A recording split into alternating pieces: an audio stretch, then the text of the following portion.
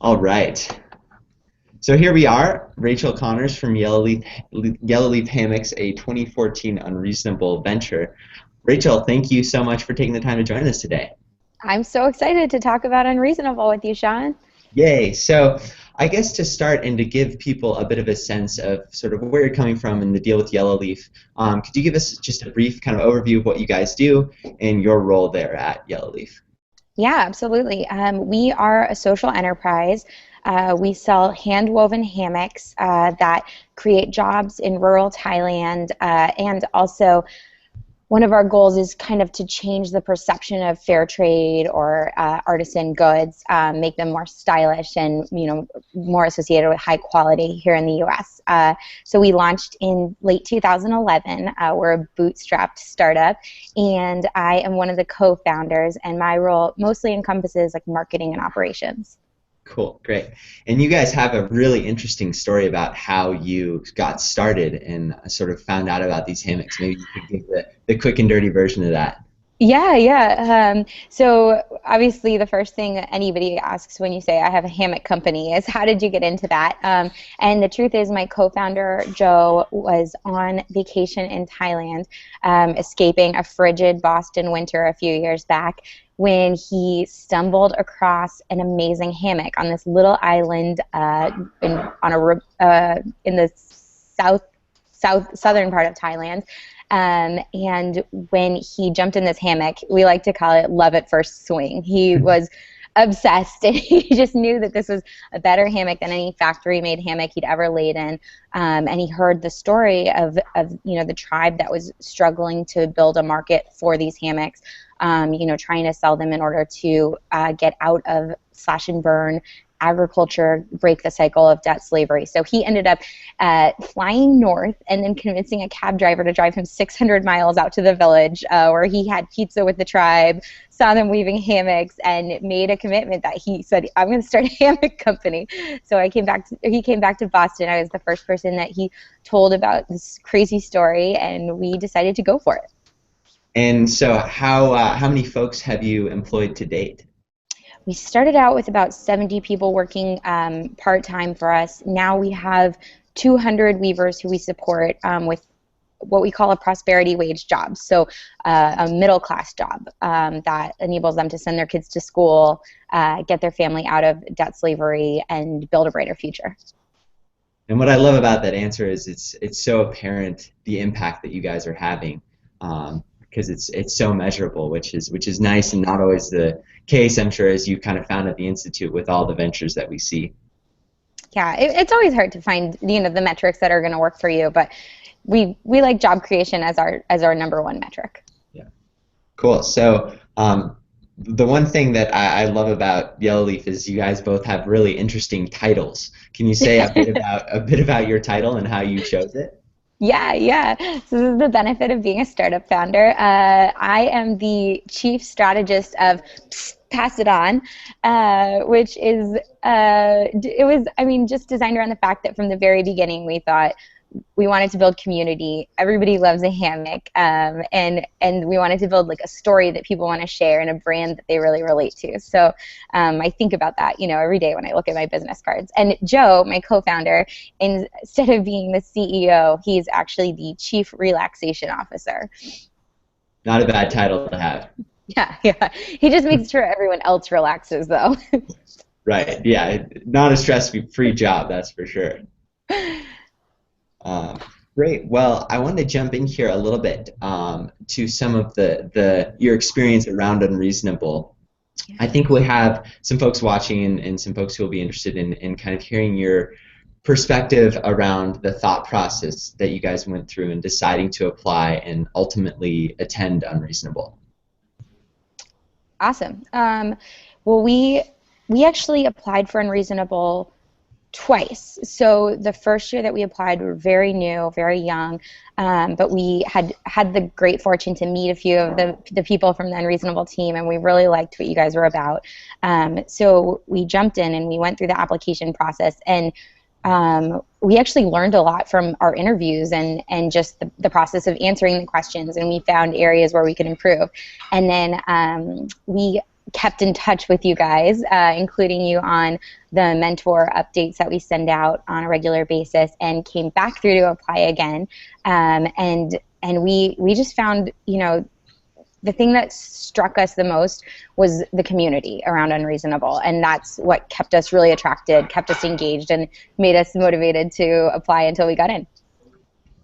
And that's so great to hear from you, because I think from our point of view, that's often the most intangible aspect of the program, and I think we have a hard time expressing exactly what that looks like, what the community aspect looks like. But maybe you could say a little bit more about sort of the community aspect, both during the Institute and now that you're an alumni of the program, what that's like now afterwards.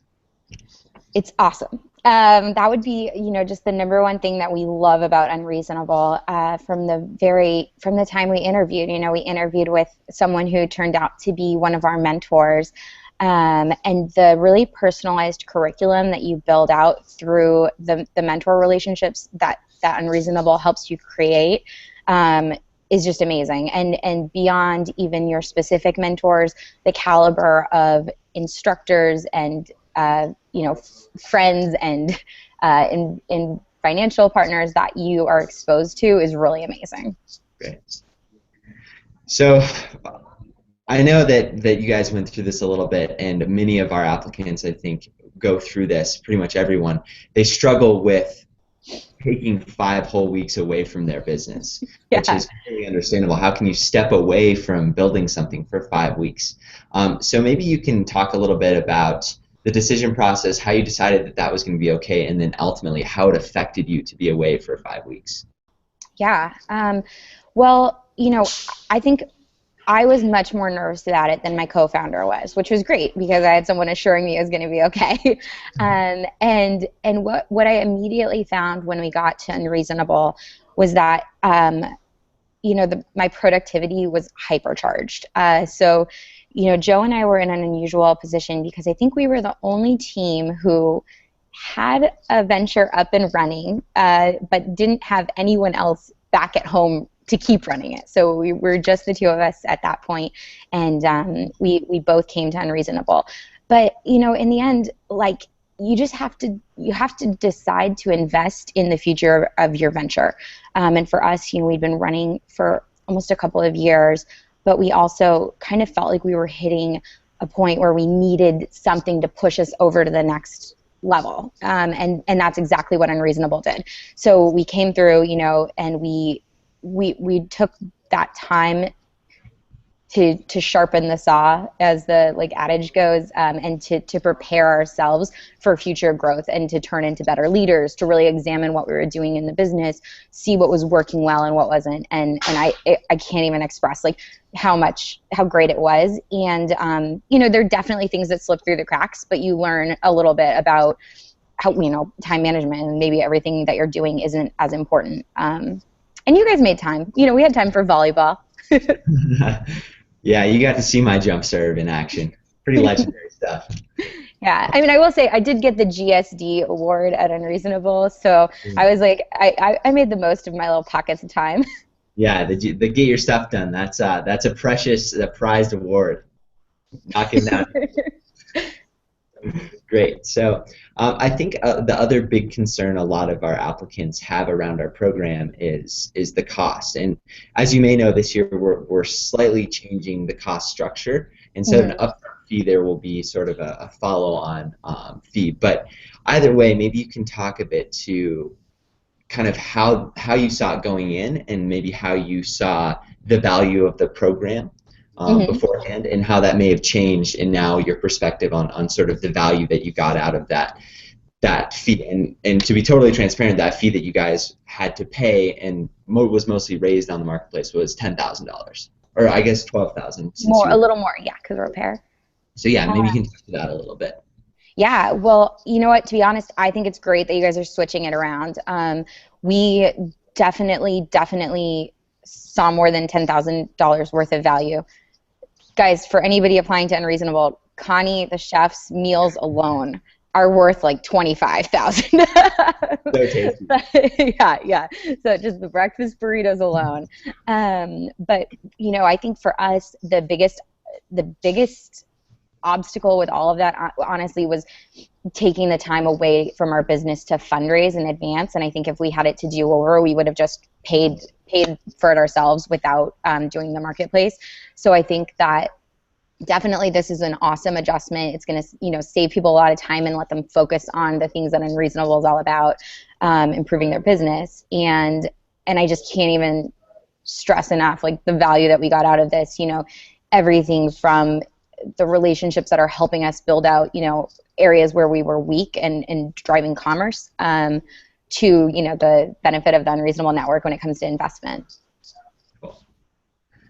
That's great. So yeah, kind of jumping into more what you guys took away, off the top of your head, can you name like the maybe one or two major takeaways or maybe highlights, big moments that you remember from the Institute? Yes. The first thing that comes to mind is definitely just that first week where we were immersed with a lot of thought about, like, how you communicate your impact, how you, like, boil down the essence of what you're doing and share it with people and get them excited. So that very first week when you come in and just, like, reset, like, we knew what we were doing, but after 5 days on Unreasonable, we're like, oh my God, we can do everything so much better. So that first week was amazing. A midpoint highlight would definitely be rapid prototyping, and the work we did to kind of improve our thought process around things. That was a great highlight, and we use it. We've trained all our apprentices to use it. Like, we're very excited about that in our business. And then actually just the end where we focused on strategic planning and took everything we'd been doing at Unreasonable and kind of synthesized it into an actionable plan. Because the Unreasonable Institute's 5 weeks, but I kind of still feel like we're going through it. We're still executing on the ideas that we came up with there. So that's amazing. Awesome. And another change that we made in 2014, you guys were actually the first class to experience this, but we moved Investor Days obviously outside of the Institute. And Yellow Leaf was one of the companies that joined us here in Boulder for Investor Days. Can you speak to that experience a little bit and how that was for you guys and what maybe you came away from Investor Days with? Yeah. I mean, not having experienced it any other way, I cannot imagine trying to, take all that stuff, build that strategic plan, and then immediately turn around and go to investors. So I thought it was perfectly spaced out. We had some time to build momentum around the things that we learned from Unreasonable, which I think investors really liked seeing. We got a ton of great feedback on the updates we were providing and on our progress and how we were getting on the right track. Investor Days was incredible. Like, it really helped to focus our energy around a formative event. We had relationships outside of Investor Days that helped us with our fundraising round, but it all really coalesced and, like, firmed up and gave us a target and a deadline to really, like, be able to talk about it and all of those things. So and it was just a really energizing environment. The caliber of, like, investors that were there was great, and we loved it. Cool. Awesome. Does that answer it? That was like a 3-part question, huh? No, yeah, no, that's great. That's super helpful. So moving to sort of the other aspect of Unreasonable in terms of what it doesn't deliver. Obviously, we don't claim to sort of address every single issue or sort of be a cure-all for any issue of adventure. Can you maybe speak to some of the things that you wished would have been included in the curriculum, or that maybe we missed as in those 5 weeks? Yeah, I think the biggest thing I would say is you're gonna get out of it what you put into it.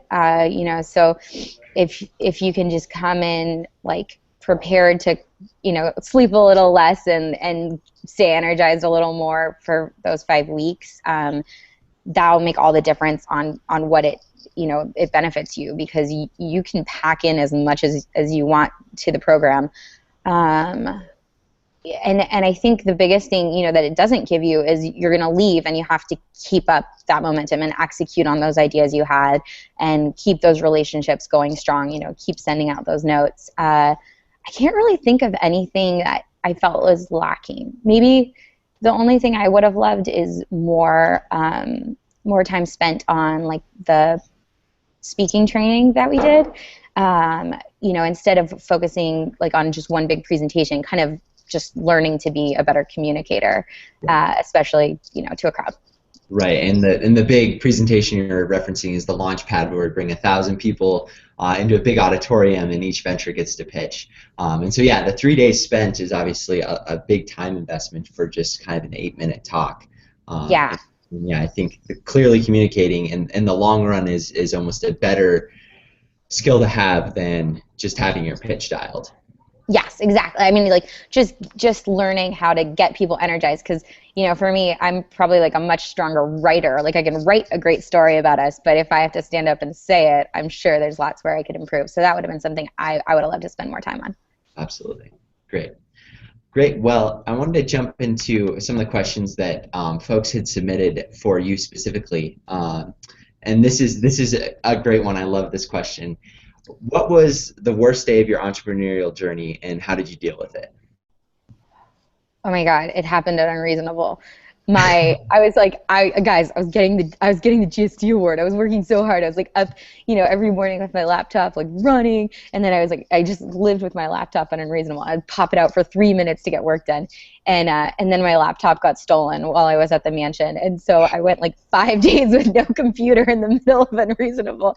And everyone was like, "We've never even seen you without your computer in your hand." So that was the worst day. Other than that, it's just it's an uphill battle starting a hammock company. Yeah, it doesn't get a whole lot worse than not being able to not do any work at all. That's the point for sure. Don't lose your laptop and you'll be great. Exactly. Yeah, that's the moral of the story. Great. So another question we had here was what was your entrepreneurial situation when you started at the Institute? Which I think means like what sort of stage and what were maybe the challenges that Yellow Leaf was facing when you guys came into Unreasonable? So we were. I'm trying to think what we were calling the stage we were at, but basically we were up and running. We had great momentum, and kind of had just hit like a plateau where we needed to get up to the next level, and make sure that we were executing, and to kind of grow. So I thought we were in a perfect position to come to Unreasonable. Like I said, it was hard, because we did have this business to keep going, and of course the summer is what we call hammock season, so it's prime time. But yeah, that's where we were, and I thought it was a great fit. Cool. We have another question here. At the Institute, they type in if I'm not answering their question right. Yeah, absolutely. But we'll make sure that that's available. Follow up. Yeah, exactly.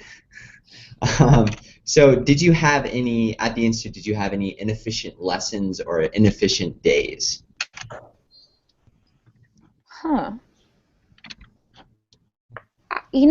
I can't remember any. I think we were really just like a well-oiled machine. There was, the most important thing was kind of taking that time to recharge, which I found difficult because I was so energized and just like wanted to keep pushing forward on things.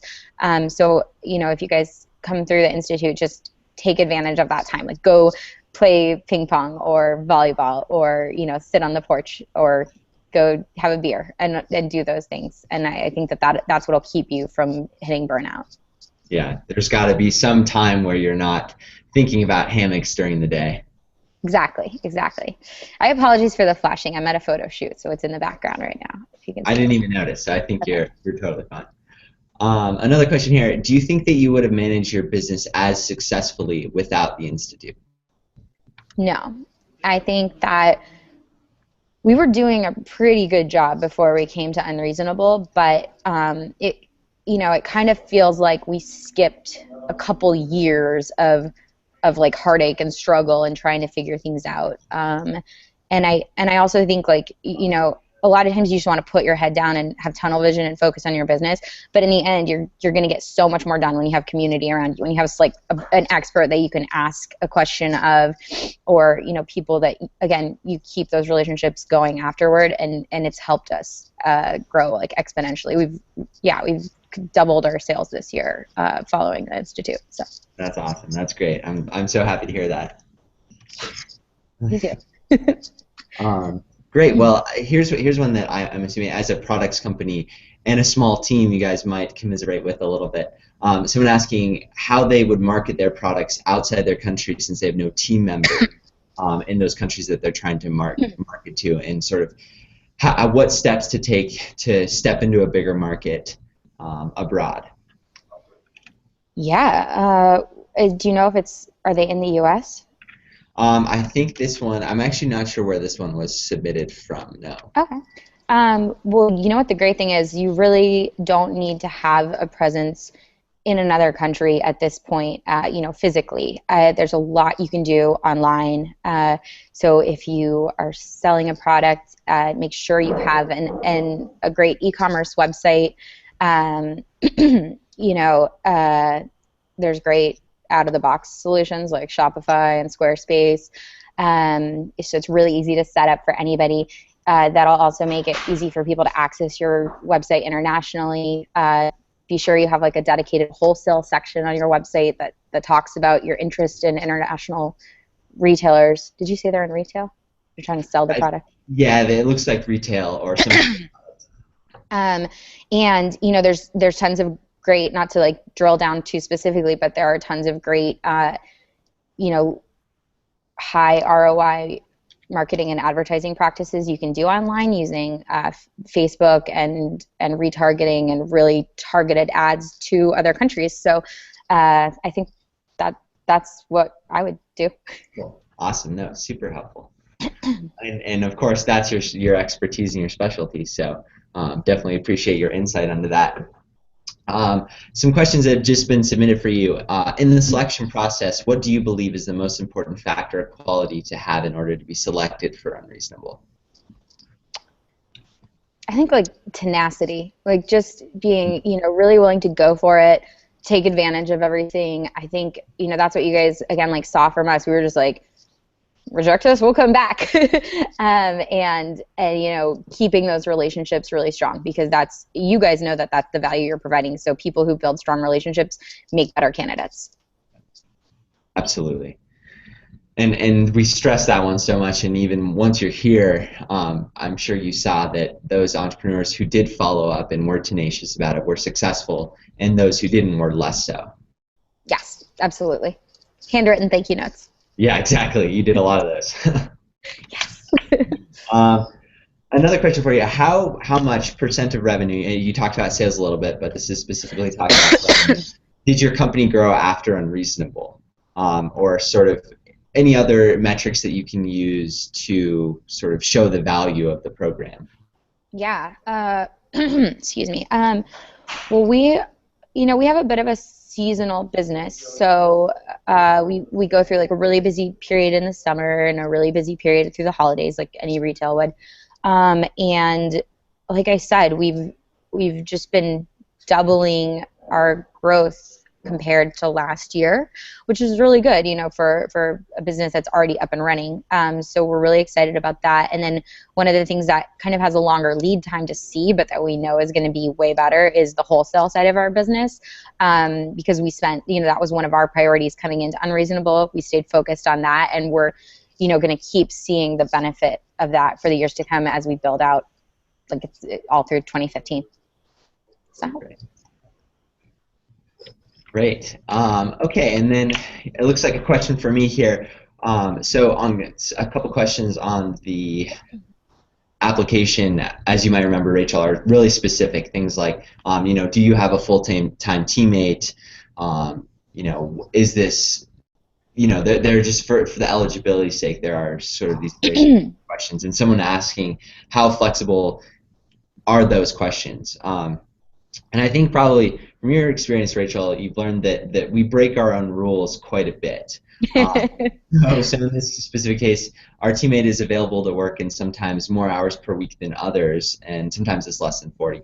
For us, we're less concerned about the exact number of hours per week that your teammates are working, and more concerned about showing sort of that you have an idea that people are committed to. So whether or not it's 40 hours a week, Do you have folks who are excited, who are committed, and in that way kind of show that this idea is something worth working for? I think that's an awesome requirement. I remember reading that and being like, yeah, good question. Okay, great. Well, let's see. I think we might have a couple more that just came in.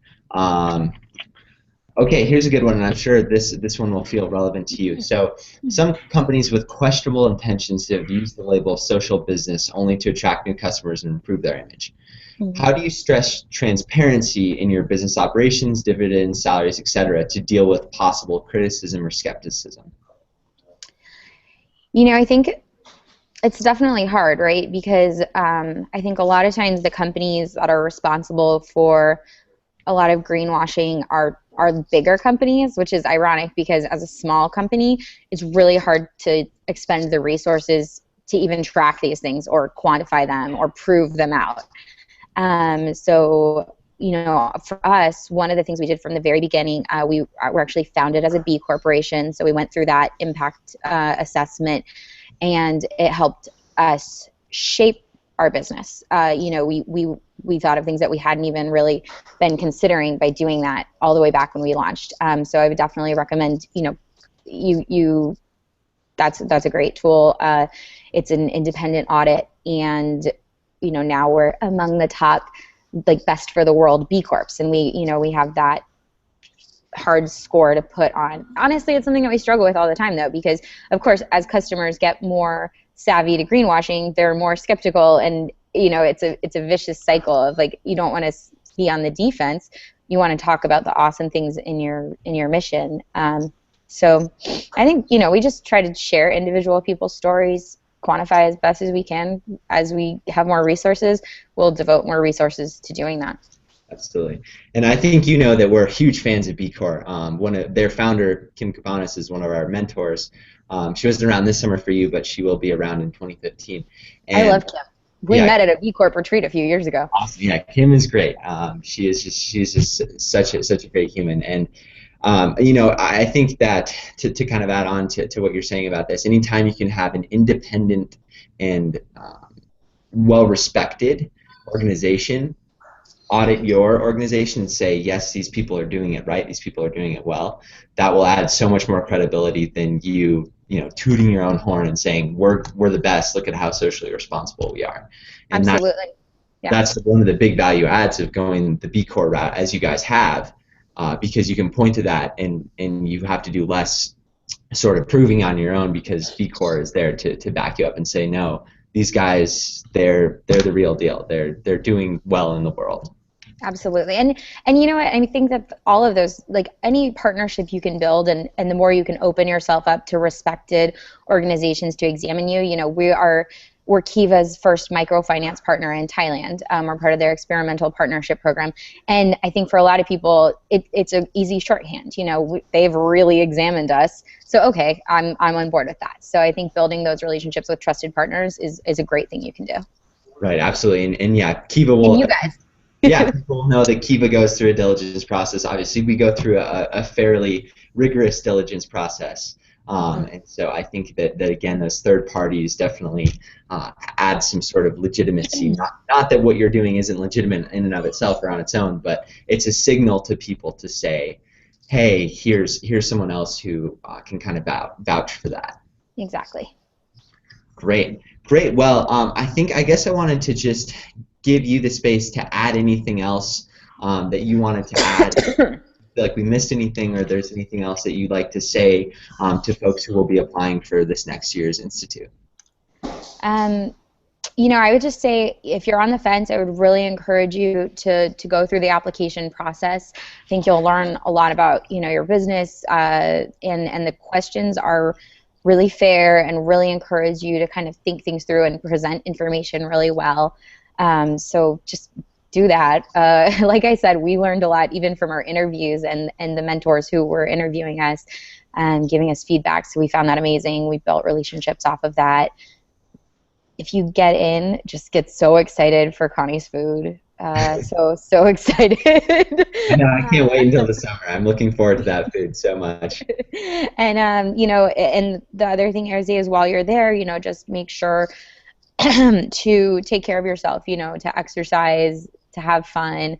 But, you know, if you have to lose one thing, just lose sleep and get a lot done and enjoy the people, because it goes by so much faster than you think, and you'll be crying on the last day before you know it. Great. Well, most importantly, I wanted to ask if you could have one team member of the Unreasonable Team cook you dinner other than Connie, who would it be? Oh my gosh. This is hard. You know what? You know what? I'm going to say I would have Verity cook me dinner. Everyone always says Verity. I don't know why. It seems like she pulls things out of the freezer. It's not cooking. It's more microwaving. we all had an unfortunate day where someone said, "Oh, British food, that's not good." And everyone went, "Yeah," and she pointed out all the really good British food in the world that everybody loves. She was like, curry, shepherd's pie, like this, that, you know. And I was like, "Oh yeah, okay, please cook for me." So, yeah, she's often on the defensive in terms of all things British. We were wrong. We were wrong. We just jumped on an anti-British food bandwagon, and it was wrong. So Verity, I would have you cook me food. So you feel badly a little bit. That's maybe part of your answer is that you. No, it's just on my mind. You know, that British food. I've been thinking about it for months. Great, Rachel. Well, I certainly appreciate you taking the time, and I know applicants who are sort of struggling with whether they should apply or whether the 5 weeks is worth it or whether the cost is worth it. Appreciate you giving all these really transparent answers and giving them a sense of really what is it like as an entrepreneur to go through our program. So I want to thank you for that, and hopefully it won't be too long before we get the chance to chat again. Yeah, if you guys get into Unreasonable, watch out, because I'm coming. I'm coming back. Yeah, come as a mentor this time. There you go. Yeah, I'll be the entrepreneur emeritus. There you go. Awesome. Well, thanks again, Rachel, and thanks everyone for tuning in. This will be available on YouTube if you'd like to come review it. And Rachel, it was great talking with you. You too, Sean. I'll see you soon. Bye. Bye.